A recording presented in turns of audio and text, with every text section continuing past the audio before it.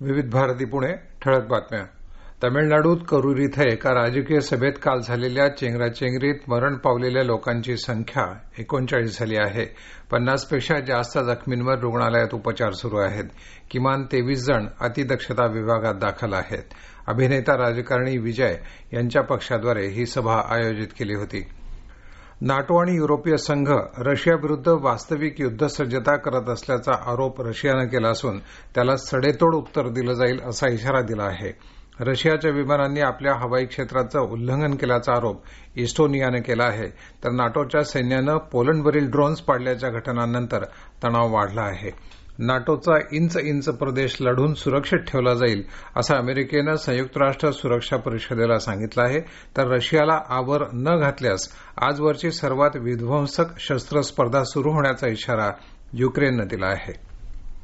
मुख्यमंत्री समृद्ध पंचायत राज अभियानात प्रत्येक ग्रामपंचायतीचा कारभार डिजिटल करण्याच्या अनुषंगानं पुण्यातील एका माहिती तंत्रज्ञान कंपनीच्या सीएसआर उपक्रमातून अकोला जिल्ह्यातील 274 ग्रामपंचायतींची वेबसाईट एकाच दिवशी तयार करण्यात आली. उर्वरित ग्रामपंचायतींच्या वेबसाईट तयार करण्याची प्रक्रिया सुरू आहे. 12व्या विश्व पॅरा अॅथलेटिक्स स्पर्धांना काल नवी दिल्लीत आरंभ झाला.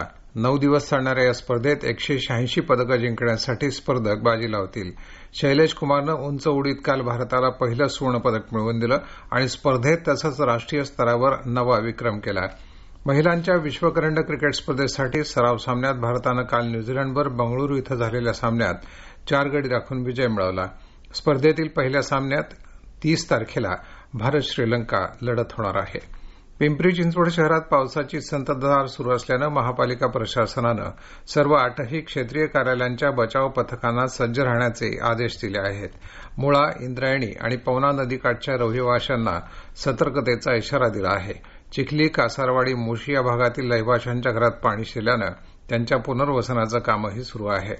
पुणे आणि परिसरात आज विजांसह मुसळधार पावसाचा इशारा पुणे वेधशाळेनं दिला आहे. या होत्या आतापर्यंतच्या ठळक बातम्या.